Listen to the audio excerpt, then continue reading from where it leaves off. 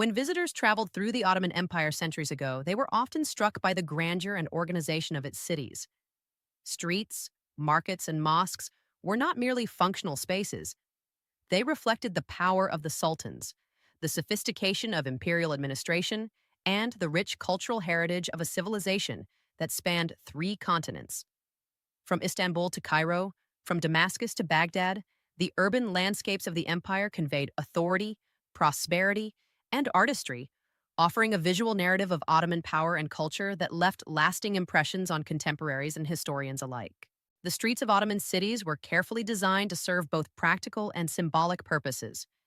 Wide thoroughfares allowed processions, military parades, and the movement of officials, while smaller alleyways led to homes, shops, and workshops. Urban planning reflected the empire's desire to combine utility with aesthetic appeal. In Istanbul, streets radiated outward from the imperial palaces, emphasizing the centrality of the sultan's authority. Cobblestones, fountains, and public benches were common features, providing comfort and convenience to citizens, while also demonstrating the state's ability to organize and maintain public spaces. Observers from Europe often remarked on the cleanliness and orderliness of Ottoman streets, contrasting them favorably with the chaotic thoroughfares of many European cities. Markets or bazaars were among the most visible symbols of the empire's wealth and organizational capacity. These bustling centers of commerce were not only economic hubs, but also spaces where culture, tradition, and state authority intersected. The grand bazaars of Istanbul, such as the Kapalı Çarşı, brought together merchants, artisans, and buyers from across the empire and beyond. Goods from Asia, Africa, and Europe filled the stalls, from silk and spices to gold and fine ceramics. Ottoman authorities regulated markets carefully, enforcing rules on weights, measures, and pricing, ensuring fairness and stability.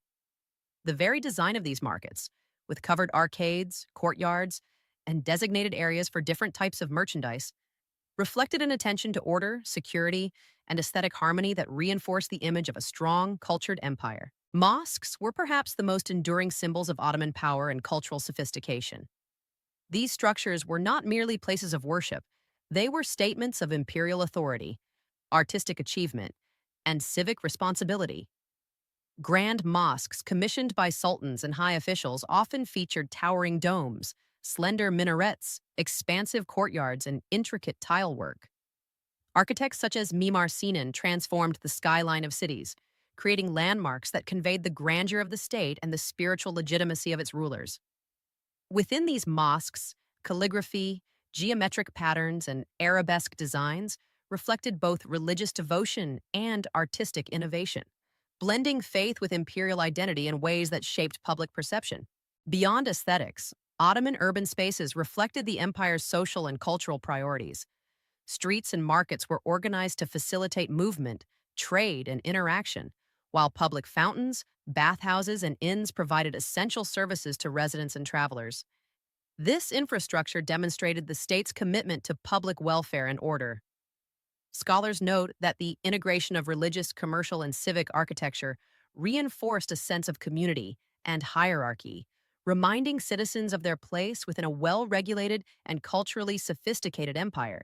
The empire's attention to urban design extended to peripheral towns and regional centers.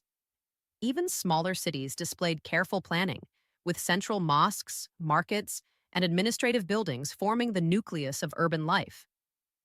Caravanserais, bridges, and roads connected these centers to the imperial capital, facilitating trade, communication, and military mobility. This network of well-planned urban spaces allowed the Ottomans to project power across vast distances, creating cohesion in a diverse empire that spanned different languages, religions, and cultures. European travelers and diplomats frequently commented on the impact of Ottoman urban spaces. Accounts describe how visitors were impressed by the grandeur of mosques, the activity and organization of bazaars, and the cleanliness and order of streets. Such descriptions often emphasize that the empire's power was visible in daily life, embedded in the built environment, rather than solely conveyed through military presence. In many ways, the streets, markets, and mosques served as tools of statecraft, shaping perceptions of authority and legitimacy among both citizens and foreigners. Markets also functioned as centers of cultural exchange. Merchants from distant lands brought not only goods, but also ideas, customs, and knowledge. This facilitated a cosmopolitan atmosphere in urban centers where diverse populations interacted under the framework of Ottoman law and order. The architecture of marketplaces with designated areas for different trades allowed for both efficiency and cultural interaction. Citizens and visitors alike experienced the empire's reach, sophistication, and tolerance in these lively urban spaces, reinforcing the perception of the Ottomans as both powerful and cultured.